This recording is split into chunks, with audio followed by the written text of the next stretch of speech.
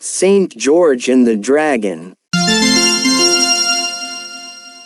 In the year 280, in a town in Cappadocia, was born that great soldier and champion of the oppressed whom we call Saint George. His parents were Christians, and by them, and especially by his mother, he was most carefully instructed and trained. When the youth came to the age of 17 years he took up the profession of arms, and since he was gifted with beauty of person, intelligence, and an exquisite courtesy, he rose rapidly to a considerable military rank. Especially he pleased his imperial master, Diocletian. One day while the emperor, who was devoted to the worship of Apollo, was consulting at a shrine of that god upon an affair of much importance, from the dark depths of the cavern came forth a voice saying, "The just who are on the earth keep me from telling the truth. By them the inspiration of the sacred tripod is made a lie." At once the emperor was stricken with consternation and asked who these just people were. "Master," answered one of the priests of Apollo, "they are the Christians." This answer so enraged Diocletian that he rekindled his persecutions. Now from the first the young soldier George had burned with indignation because of the unspeakable cruelties put upon Christians, and he had spoken out boldly in defense of his brethren. His friends had counseled silence and prudence. But George would have none. He knew, however, that he might be called upon to suffer at any time, and he hoped to do better work for the world and to die after braver effort. He therefore distributed his money and his fine apparel among the poor and needy, set free all the slaves he possessed, and went forth upon nightly travel. While pricking one day through the plains of Libya he came to a certain city called Selene, the people of which were bewailing a dire misfortune that had come upon them. An enormous dragon had issued from a marsh neighboring the town and had devoured all their flocks and herds. Already the monster had taken dwelling near the city walls, and at such distance the people had been able to keep him only by granting him 2 sheep every day for his food and drink. If they had failed in this he would have come within their walls and poisoned every man, woman, and child with his plague-like breath. But now already all the flocks and herds had been eaten. Nothing remained to fill the insatiable maw of the dragon but the little people of the homes and hearths of all the town. Every day 2 children were now given him. Each child taken was under the age of 15, and was chosen by lot. Thus it happened that every house and every street and all the public squares echoed with the wailing of unhappy parents and the cries of the innocents who were soon to be offered. Now it chanced that the king of the city had one daughter, an exceeding fair girl both in mind and body, and after many days of the choosing of lots for the sacrifice, and after many a blooming girl and boy had met an unhappy death, the lot fell to this maiden, Cleodolinda. When her father, the king, heard his misfortune, in his despair he offered all the gold in the state treasury and even half his kingdom, to redeem the maiden. But at this many fathers and mothers who had lost their children murmured greatly and said, "O king, art thou just?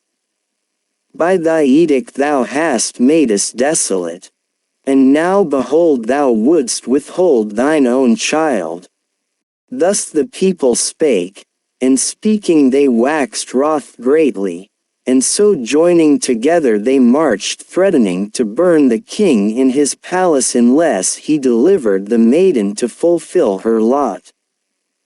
To such demands the king perforce submitted, and at last he asked only a delay of 8 days which he might spend with the lovely girl and bewail her fate. This the people granted. At the end of the time agreed to, the fair victim was led forth. She fell at her father's feet asking his blessing and protesting she was ready to die for her people. Then amid tears and lamentations she was led to the walls and put without. The gates were shut and barred against her. She walked towards the dwelling of the dragon, slowly and painfully, for the road was strewn with the bones of her playmates, and she wept as she went on her way. It was this very morning that George, courageously seeking to help the weak, and strong to serve the truth, was passing by in his nightly journeying. He saw stretched before him the noisome path, and, moved to see so beautiful a maiden in tears, he checked his charger and asked her why she wept. The whole pitiful story she recounted, to which the valiant one answered, "Fear not, I will deliver you." "O noble youth," cried the fair victim, "tarry not here lest you perish with me. Fly, I beseech you." "God forbid that I should fly," said George in answer. "I will lift my hand against this loathly thing, and I will deliver you through the power that lives in all true followers of Christ." At that moment the dragon was seen coming forth from his lair half flying and half crawling towards them. "Fly, I beseech you, brave knight," cried the fair girl trembling, "leave me here to die." But George answered not, rather he put spurs to his horse and, calling upon his lord, rushed towards the monster, and, after a terrible and prolonged combat, pinned the mighty hulk to the earth with his lance. Then he called to the maiden to bring him her girdle. With this he bound the dragon fast, and gave the end of the girdle into her hand, and the subdued monster crawled after them like a dog. Walking in this way they approached the city. All the onlooking people were stricken with terror, but George called out to them saying, "Fear nothing. Only believe in Christ, through whose help I have conquered this adversary, and live in accord with his teachings, and I will destroy him before your eyes." So the king and the people believed, and such a life they endeavored to live. Then George slew the dragon and cut off his head, and the king gave great treasure to the knight. But all the rewards George distributed among the sick and necessitous and kept nothing for himself, and then he went further on his way of helpfulness.